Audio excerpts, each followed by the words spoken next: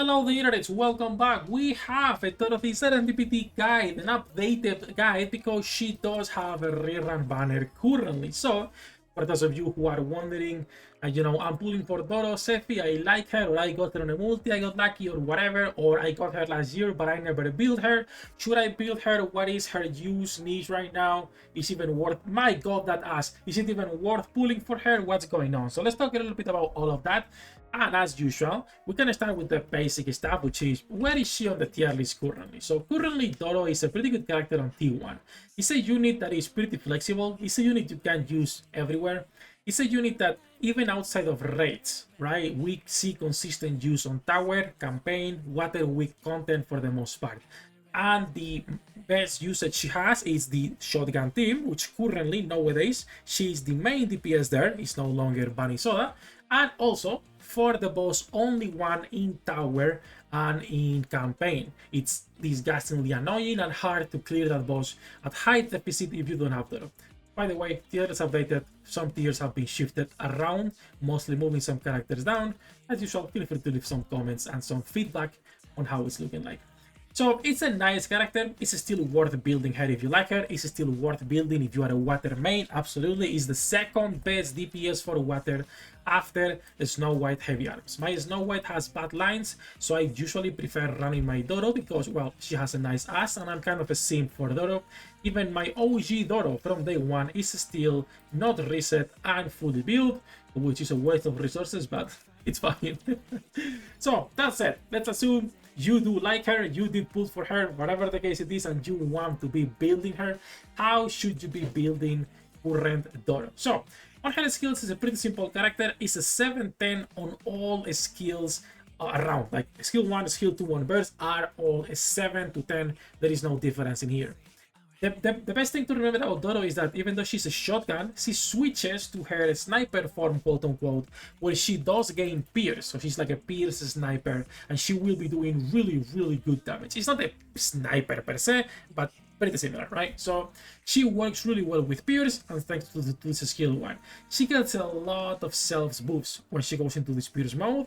Hit rate, attack damage. She will be switching also her pierce range. She also will be increasing her own attack and hit rate during full burst, and on her own burst, attack speed and attack, and increase her own pellets. Pellets is a dead mechanic currently. There is only 2 characters, if I remember correctly, that can work with pellets. One of them being Serendipity, the other one being Leona. I think those are the only 2 characters that can work currently with pellets. If I'm missing one, do let me know, but it's not a mechanic you have to worry about. Still, it's more damage, right? Because more pellets equals more hits on Doro. So for her skills, a pretty basic character, 7 to 10 on all the skills. You can probably go 777 right now, because if you are pulling for the new meta character and the new waifu that most people will be pulling for, Cindy, she takes priority. So a 777 Doro works and it's fine. When it comes to her gear and what lines you are looking for, it's just, what a surprise to nobody, a basic beach build. Elemental, attack, and max ammo. You don't want anything else because the charge speed and charge damage is used for her. Hit rate, it's welcome, but it's not needed because when she goes into pierce mode, she already gains 98%, so you are good. Now, can pierce help her when she's not in pierce mode? Yes, but it's not necessary. You would benefit more from going for crit lines instead.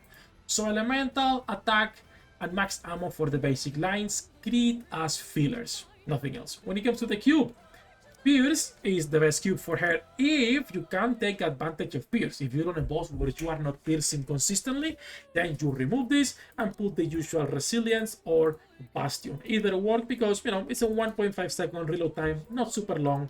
You can go for resilience, or if you have a reload speed buffer on your team, whoever might be, you can instead go for bastion and benefit from the extra ammunition.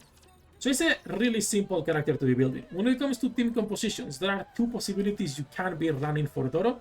One, it's going to be the shotgun team, like we were talking, which is just based on Toph. Toph is DPS working or making shotgun teams work, and Doro is the main DPS. There are a lot of options when it comes to B3s and B2s in here. B3s, the most common one is going to be Drake. Nice voice crack. Drake, as your secondary B3 and buffer. And then you have for B2s a few things. The best one, quote unquote, best in a slot is going to be Arcana, but if you are like me and you are a pussy and you like heals, Nayuta is really common to see as well nowadays on the shotgun team because it provides you with nice heals and extra damage as well. And also nice clear and AoE. And then the last spot is usually for cooldown reduction, which tends to be for Sully. Again, this is a safe, comfy shotgun team.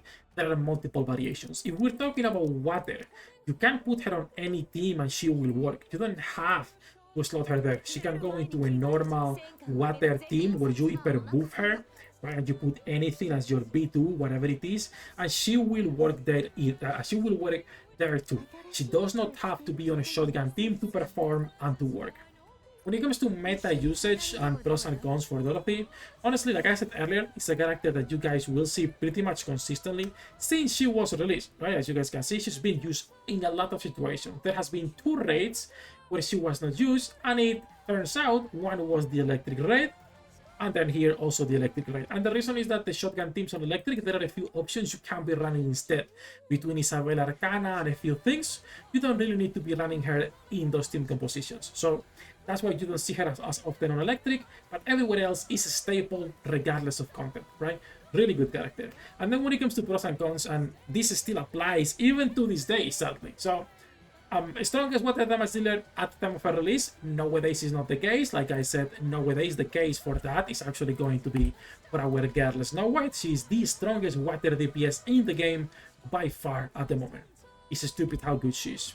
Still, it works on neutral content and catches up to most meta DPS units. That still is true and prevails.